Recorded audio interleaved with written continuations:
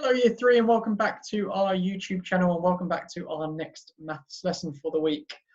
As always, let me start by sharing our screen so we can work through the challenges together.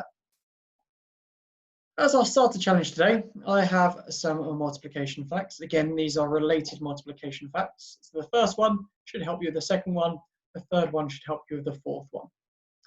And underneath, I have some addition expressions. I want you to write a matching multiplication expression to go with these. So this one is 4 plus 4 plus 4. There's 3 4s. There's a clue for you again today.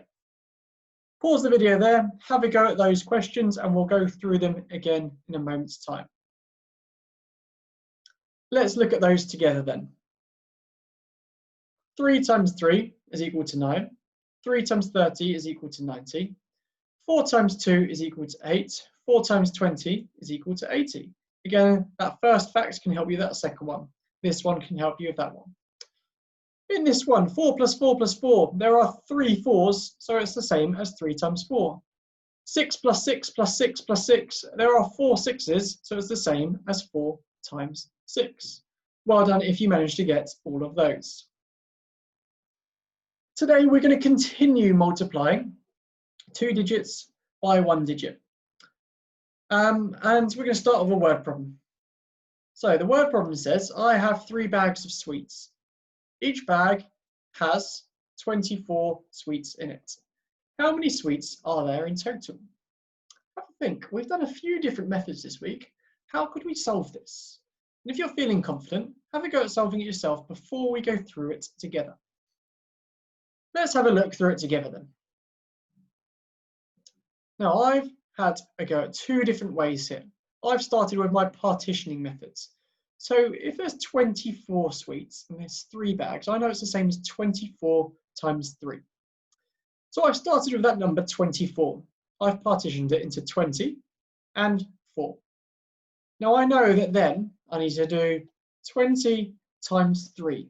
I'm timesing by 3 because there's 3 bags of sweets, so I need to times everything by 3. 20 times 3 equals 60, and then I need to do 4 times 3. Again, I'm timesing by 3 because there's 3 bags of sweets. 4 times 3 is equal to 12.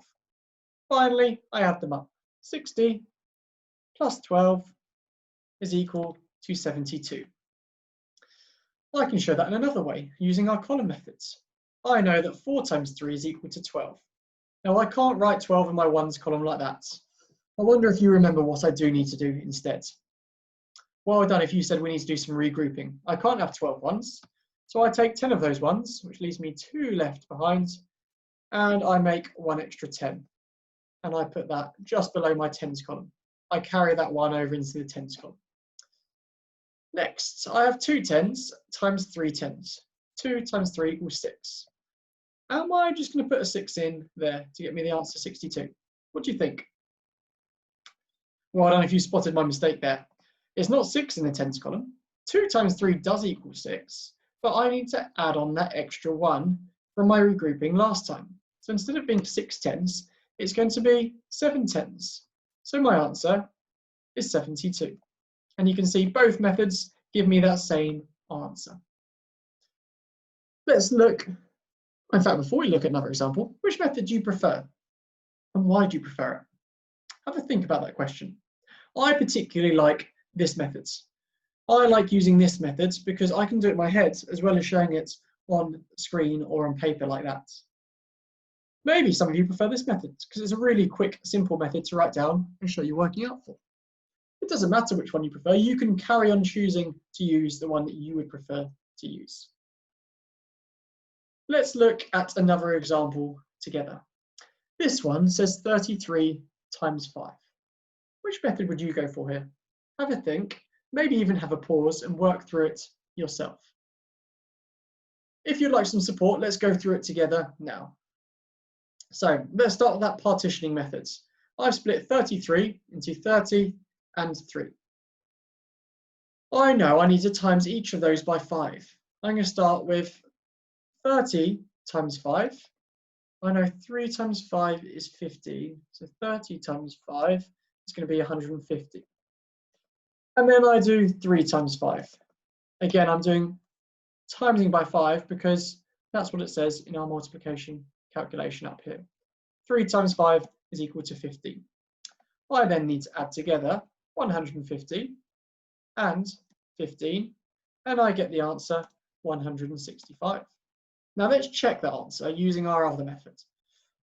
So let's start with our ones column in our column methods. We do 3 times 5. Now that makes 15, so I'm going to leave that in my ones column. Oh, has anyone spotted a mistake there? Can I put 15 in my ones column? Well done if you spotted that we can't. We can't have 15 ones.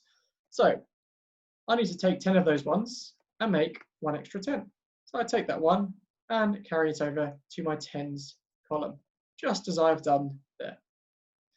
Now I do 3 times 5 again, which again makes 15.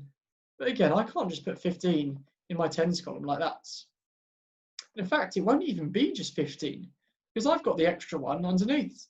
So actually, that will be 16. But like I was saying, we can't just leave 16 in that tens column. So I need to take 10 of those tens, which leaves me with 6 behind, and carry it over to make one extra hundreds. So I'm going to carry the one over there. Now we're quite lucky here. There's nothing in our hundreds column up here. So I don't need to do anything times 5 here, which means I can just put the 1 straight into the hundreds column above to give me my answer of 165. And you can see again, both methods give you the same answer.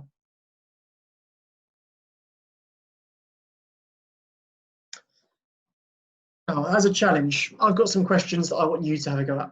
The first one, 3 times 26 is equal to blank. The next one, blank is equal to 5 times 21. It doesn't matter that I've swapped the equation around so the answer is at the beginning. You can still use the same methods to solve it. 5 times 21. And the last one, 35 times 2. For question D, it's a little bit different. You need to find the missing numbers in this. So 22 times what will give you 88. And this one's even trickier. You've got 2 missing digits.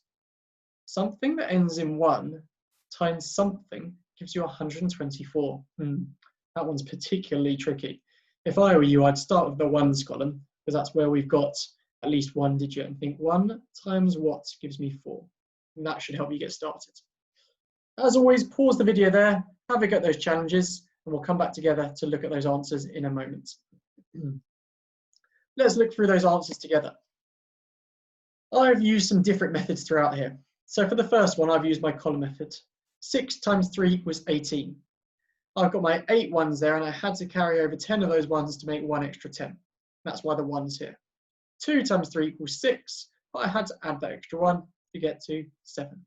The answer is 78. For the next one, 5 times 21, I use my partitioning method. 21 splits into 20 and 1. 20 times 5 equals 100. 1 times 5 equals 5. 100 plus 5 is equal to 105. So 105 is equal to 5 times 21. And last of all, 35 times 2. Again, I've come back to my column method here. 5 times 2 equals 10. I've taken all of those ones and made 1 extra 10, which is why there's a 0 here and a 1 underneath. 3 times 2 equals 6. But I haven't got a 6 in my tens column because I had an extra 1 underneath already. 6 plus 1 makes 7. Our answer is 70. Well done if you got all of those. Now let's look at that extra bit of the challenge as well. The answer for the first one was 22 multiplied by 4 is equal to 88. I worked this out by thinking, right, 2 times what gives me 8?